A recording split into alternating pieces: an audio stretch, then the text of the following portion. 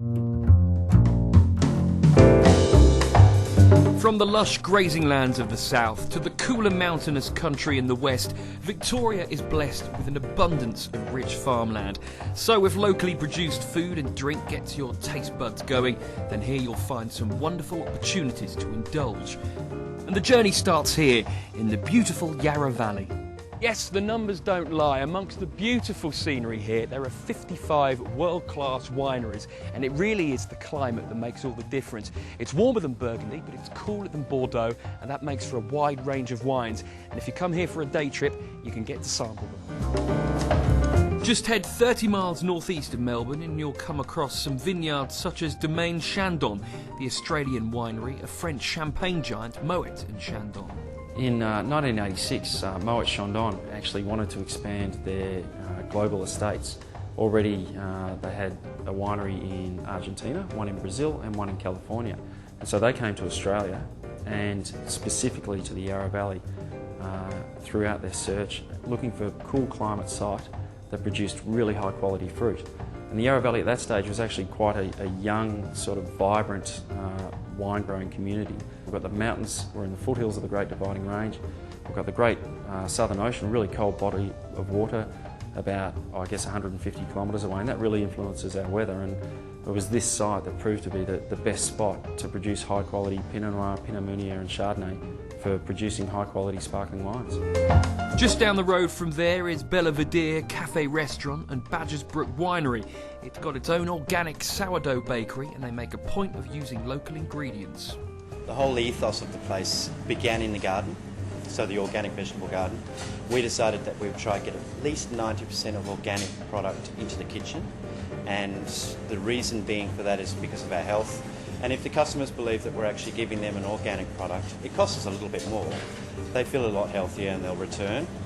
And the way Australia's going, and especially Melbourne, there's a lot more places that are actually dealing with organic product. We have a cooking school. It's something that, with being in an open kitchen, there's so many people would say, gee, I'd really love to learn how to do that, because they see us doing it all. So I thought, well, we may as well set up a cooking school. What happens is people arrive at 9:30 in the morning, they go out into the garden, they pick the beans, they pick the vegetables that we're going to be prepping that day. We go upstairs and then we basically prepare them and bring them down here. And then it's sold to the customers. Everything that I'm doing for a lunch on that day, we prepare about 9 items upstairs. So they're involved in what we're actually going to be selling to the customers. And of course, there is Yering Station, set on the site of the valley's first vineyard, planted in 1838, and one of the most impressive stops on any tour of the Yarra Valley. This is home to the Yering Station Winery, another great place to go wine tasting. Well, on tasting we have about 20 wines, so there's quite a lot for people to try. I guess there's a lot of cellar or release wines that you can't try everywhere, that you can't buy everywhere in the shops, but it ranges from sparkling wines to white wines to red and then to dessert, so there's quite a lot, yeah. Well, the highest sort of cellar, I guess, in cellar is the Shiraz Viognier, and worldwide that's sort of the same, so that's quite a huge one for us. Shiraz Viognier.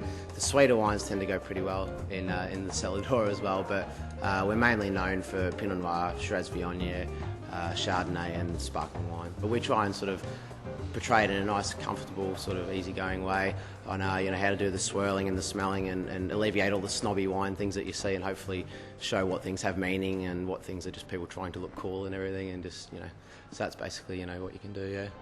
But just next door is this place, Chateau Yering, a Victorian mansion dating back to 1854. It's heritage listed and the setting is truly breathtaking. And this has got to be the perfect way to end your day. All this wonderful food, a good old-fashioned high tea served in the opulent surroundings of Chateau Yering's drawing room.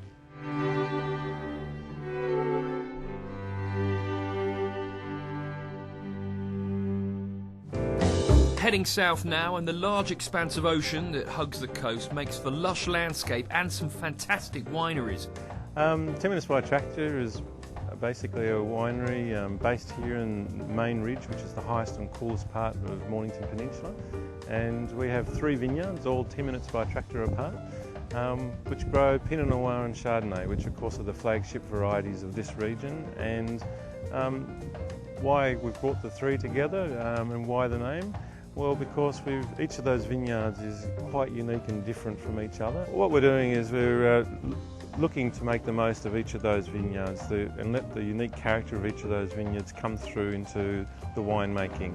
We see those different characters being clearly expressed every year, and what we do is we'll make our estate wine, which is a blend of all three, which gives you a tremendous overview of what can be produced in any one year, and then we do also single vineyard releases in good years to really demonstrate the character and the quality of the vineyards themselves. And if all that wine tasting has got your appetite going, then why not sample some of the Mornington Peninsula's local produce? This small cheesery at Red Hill produces distinctive, handcrafted regional cheeses to complement Mornington Peninsula wines. The specialist cheese is made using fresh organic cow milk and free-range goat milk, each from a single herd. We basically have 130 goats, and we milk them twice a day and sell the milk for cheese making, all locally on the Mornington Peninsula.